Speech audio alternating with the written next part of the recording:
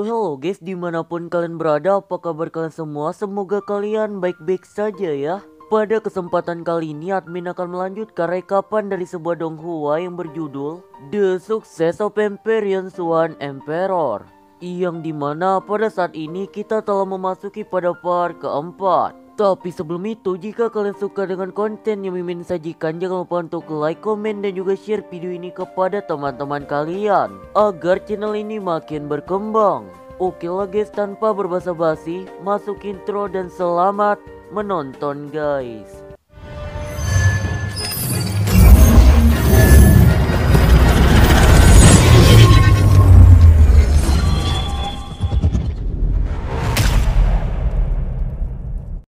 Sebelumnya dapat kita ketahui Wan Fang bertarung melawan beberapa tuan muda yang menyerang Wan Fang dengan secara gengbeng. Dan pertarungan panas itu pun kini kembali dilanjutkan atau kembali dimulai.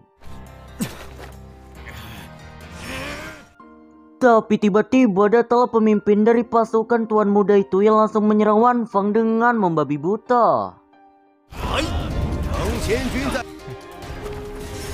Namun tak menjelang lama tiba pula Dekan Chang yang langsung menghentikan pertarungan keroyokan itu. Karena terdesak, pada akhirnya para rombongan tuan muda lari dari tempat tersebut. Kemudian Dekan Chang mencegah Wan Fang yang ingin mengejar rombongan tuan muda itu. Karena Dekan Chang tahu mereka adalah tuan muda dari klan iblis surgawi. Jadi kita tak boleh bertindak gegabah dan menciptakan konflik antara dua ras. Tapi walaupun begitu, dapat terdengar Wan Fang masih berambisi untuk menangkap wanita sebelumnya. Berlisin pada perpustakaan, Wan Fang di sini masih mengira kalau wanita tadi sangat asing bagi dirinya. Mungkin saja dia adalah si pembunuh yang sebenarnya.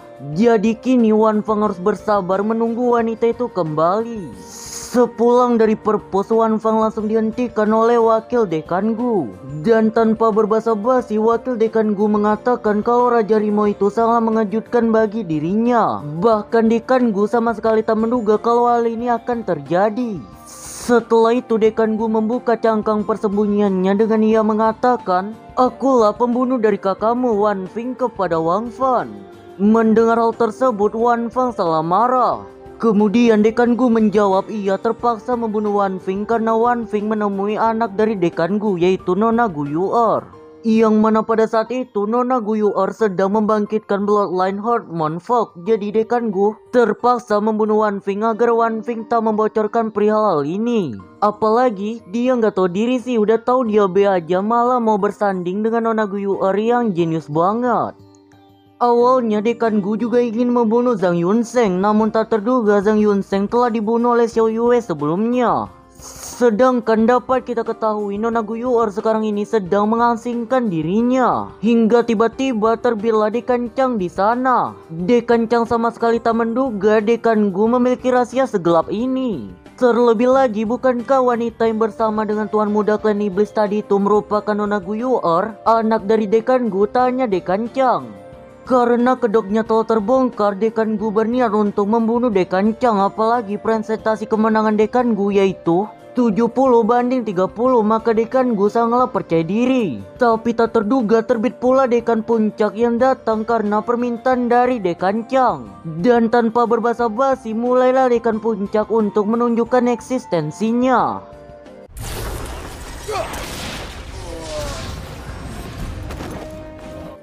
Setelah Dekan Gu tepar, Dekan Puncak menyuruh Wan Fang untuk mengeksekusi Dekan Gu dan membalaskan dendammu. Singkat cerita, Dekan Gu pun telah tiada, maka Dekan Chang lah yang akan mengurusi pemakamannya. Di sisi lain dapat terdengar pula tuan muda klan iblis yang sangat kecewa kepada Dekan Gu karena terbongkarnya itu cepat banget. Nih Dekan Gu kayaknya gak mahir bersandiwara.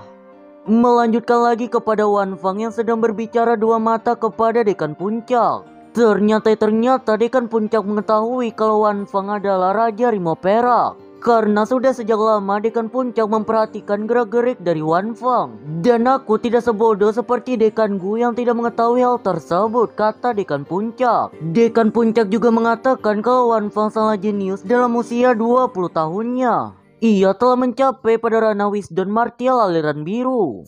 Sebelumnya sih ada dua jenius seperti Wan Fang, antara lain seperti anak dekan puncak, tapi ia telah mati pada saat ia tertidur. Kemudian murid dekan puncak yang telah mati dibunuh oleh temannya sendiri. Jadi hendaknya Wan Fang harus menyembunyikan seluruh kekuatannya.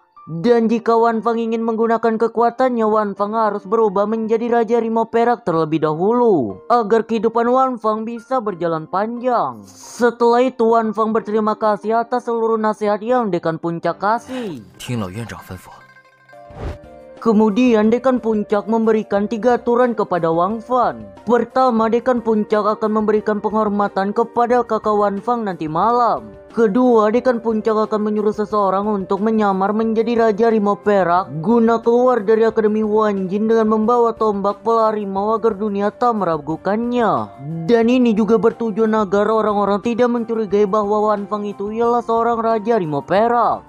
Dan yang terakhir, dekan Chang akan mengatur Wan Fang masuk ke dalam pagoda Yuanling dalam beberapa bulan ini, supaya Wan Fang bisa mencapai pada ranah wisdom martial aliran biru tahap penyempurnaan. Diiringi dekan puncak berkata bahwa ia sangat mempercayai Wan Fang bisa melakukannya.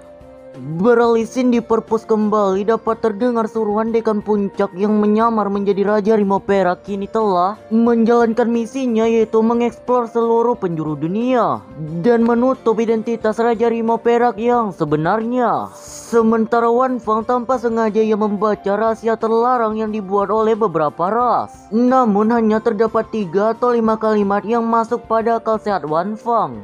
Dan untuk selebihnya Wan Fang belum bisa memecahkannya. 天生死法。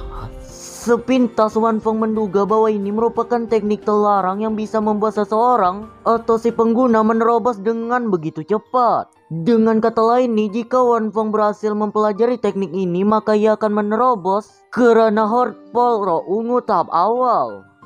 Selanjutnya mulailah Wan Fang mempraktekkan teknik terlarang itu. Kemudian Wan Fang menyadari pasti orang menciptakan teknik atau metode kultivasi ini memiliki bakat yang biasa-biasa saja. Tetapi pada saat ia menggunakan metode ini, ia bisa berkultivasi atau menerobos lebih cepat lagi. Dan dalam jangka 1 hari kini Wan Fang hampir berhasil menyempurnakan teknik tersebut. Setelah itu datang pula Nona Lu yang mengabarkan kepada Wan Fang bahwa ia telah menerobos pada ranah wisdom martial aliran biru tahap penyempurnaan. Nona Lu juga memberikan ucapan terima kasihnya karena berkat metode kultivasi yang Wan Fang berikan, Nona Lu bisa menerobos secepat ini. Bahkan Guru Lu juga menggunakan teknik kultivasi ini agar ia tercerahkan. 9 hari kemudian dapat terlihat beberapa tuan muda klan iblis surgawi mendatangi Akademi Huan Jin. Singkat cerita, Yao Li yang sebagai pemimpin dari pasukan iblis itu mengumumkan secara resmi dalam jangka waktu 20 hari ia mau bertarung dengan Raja Rimau Perak di Akademi Huan Jin. Di sini dapat terdengar bahwa Yao Li yang itu ialah seorang jenius berbakat yang tak perlu diragukan lagi dalam benua Guanhu. Dapat terdengar pula Yao Li yang mengatakan bahwa jika Raja Rimau tidak datang dalam waktu yang ditentukan, maka Yao Li yang akan membasmi dan membumi hanguskan ras manusia. Beralih sisi kini Wan Fang meminta persetujuan untuk berduel kepada Dekan Puncak. Dekan Puncak mengatakan bahwa kekuatan Yao Li itu sangat kuat. Jadi karena tak ada pilihan lain dan tak memiliki banyak waktu, Wan Fang harus masuk ke dalam pagoda Yuanling dalam waktu dekat ini. Singkat cerita, datanglah Wan Fang menuju ke dalam pagoda Yuanling yang dibuat oleh Ouyang Yezi. Dan Ouyang Yezi ini ialah seorang alkemis yang sangat hebat. Dapat kita ketahui pula dalam waktu 30 tahun Ouyang Yezi selalu membuat pil di dalam pagoda Yuanling ini. Maka secara tidak langsung karena obat-obatan itu membuat pagoda menjadi tempat yang sangat bagus untuk berkultivasi. Untuk pil terakhir yang dibuat oleh Ouyang Yezi adalah pil penembus kebuntuan. Efek dari pil ini dapat membuat orang yang berada di ranah Pol Roh Ungu menembus ke ranah Golden Martial God. Tapi karena penyulingan bahan-bahan yang terlalu banyak, pada akhirnya pil itu gagal di dalam proses pembakaran. Jadi dapat kita simpulkan pil pada tempat ini hanya dapat digunakan sekali dan untuk selanjutnya tidak berefek apapun kepada tubuh kita. Maka waktu Wan Fang menyerap energi dalam pagoda ini sangat terbatas dan Wan Fang harus bekerja keras. Tapi ternyata Wan Fang tidak berhasil menobos di dalam pagoda Yuanling ini. Jadi semoga saja Wan Fang bisa menerobos sebelum akhir final pertarungan dengan Yao Liang kata Dekan Puncak. Setelah itu untuk seluruh perlengkapan dari Raja Rimau Perak kini telah diserahkan kembali kepada Wang Fan. 院长，黄凡定不负老院长期望。